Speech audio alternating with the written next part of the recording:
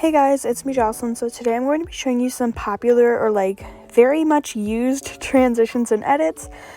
These are just personally from the edits that I've seen. These are what's very popular and trending right now in the editing community.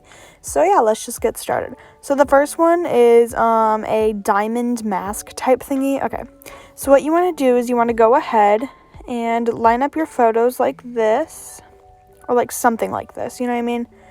So you want to go, I'm just gonna go ahead and have this get gone for a second. Okay, so I'm going to extend my photo. You guys can make your duration however long you want. I'm just going to do 2 seconds.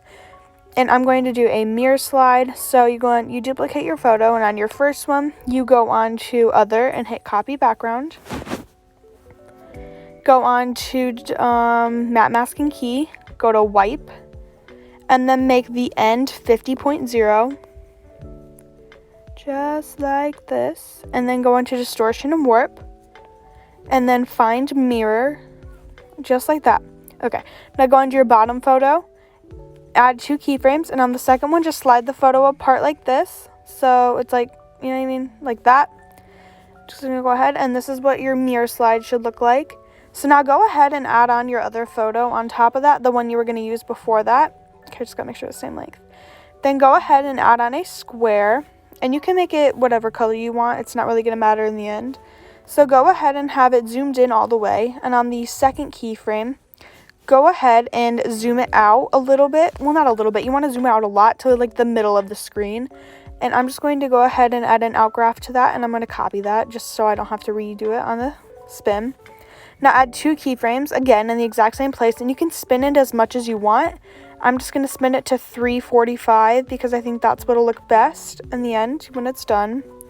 You could also spin it more or less. It's completely up to you guys, whatever you prefer. This is what it looks like so far. I'm going to go ahead and zoom it in a little bit more at the beginning because I like to have that zoomed in effect. I'm going to go ahead and extend this also all the way to the end. I just like a longer transition, I guess. So yeah, and then I'm going to add, and then I'm going to go ahead and hold down on the rectangle and the photo that I want inside of the rectangle or the square. Sorry, I don't know why I said rectangle. And then I'm going to go ahead and put them in a masking group. This is going to make the photo right here turn into the middle. It'll have a diamond and it'll be revealing. That's why you did the mirror slide, just so it would be done. So the photos underneath it have something they're doing. You don't even have to make the mirror slide. You could add in 2 different photos and have them come down one from each end. But I'm really in love with this transition. I use this transition maybe a little too often, but honestly it never gets old, and it is one of my favorite transitions that I've ever learned on this app. So yeah.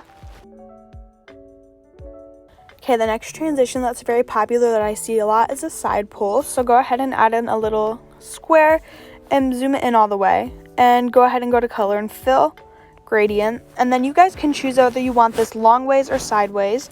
It's very popular both ways. I'm going to do it sideways because that's the way that I see it most then, and that's the way I like better anyways. So now go ahead and split the rectangle, one over each photo.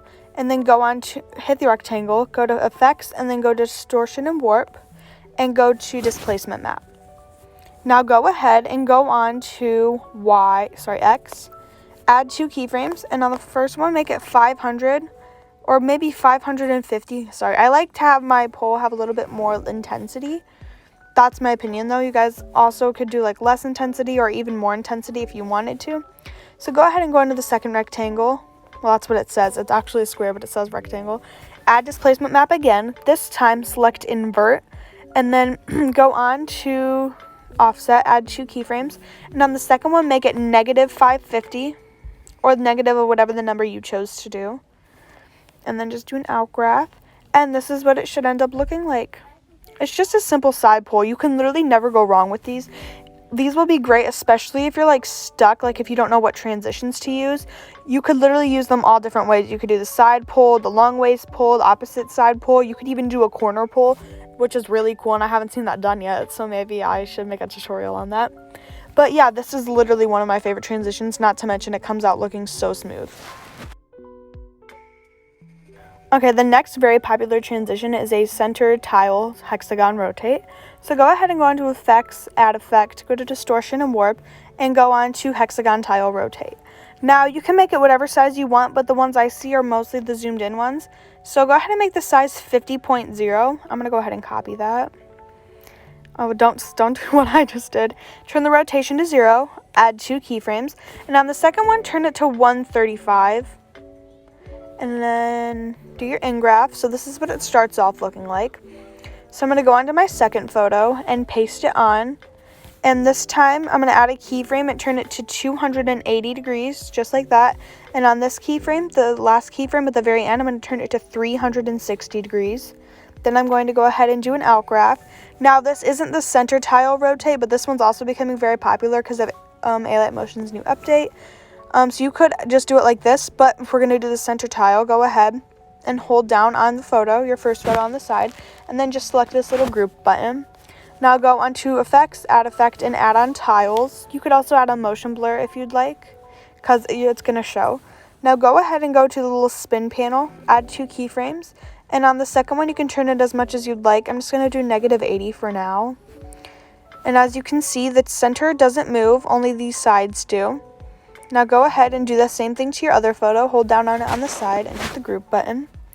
You can add on tiles and motion blur if you want, which you need to add on tiles, I think, in order for it to look like presentable, but that's your choice. Add 2 keyframes on the spin panel, and on the first one, turn it to -80 or negative of whatever the number you did the first time is. And yeah, this is what the center hexagon tile spin looks like, or tile rotate. If you don't like the black lines you see, you could simply just hit the crop button on tiles and zoom it in a little bit. But just be warned that will zoom in your photo quite a bit, so it's just personal preference. Honestly, I don't mind them, but sometimes I'd like if they weren't there. I just don't like when they zoom in because then I can't see the actual photo itself in the full transition. So yeah, hexagon center tile rotate. I think I said that right. I don't know. That's a very popular one in the editing community. Okay, the next very popular one I see is just a simple VR rotate. So go ahead and go into Effects, Add Effect, Distortion and Warp, and then go into 360 Reorient Sphere. Now, you guys can do it in whatever way you'd like. I'm going to go ahead and go to Rotation, add 2 keyframes. Whoops. And on the second one, I'm just going to turn it this way to -80. You can make it more or less, whatever you'd like. And then I'm going to do my in-graph. So this is what it looks like so far. And then go ahead and on your second photo, add it again. Add 2 keyframes on rotation. And this time I'm going to make it +80, just like this. Then what I see people do, this is also, that's like a this is what it's called, it's like a VR rotate. It's usually just done like this, but if you wanted to spice it up, you could go ahead, add tiles onto your photo, and then go ahead and add on a slide effect. You can do a little slide if you want. I'm not a huge fan of it, but you can do it if you want. I just think it's very simple and like better, just like this, but it's personal preference, you guys. You can do whatever you like. But that is what is popular, like, in the editing community. So, yeah. And, yeah, that is it for today's video. If you guys enjoyed it, please give it a thumbs up and subscribe if it helped you out. And comment down below any tutorial requests that you guys may have. Yeah, that's pretty much it. I love you guys. Bye.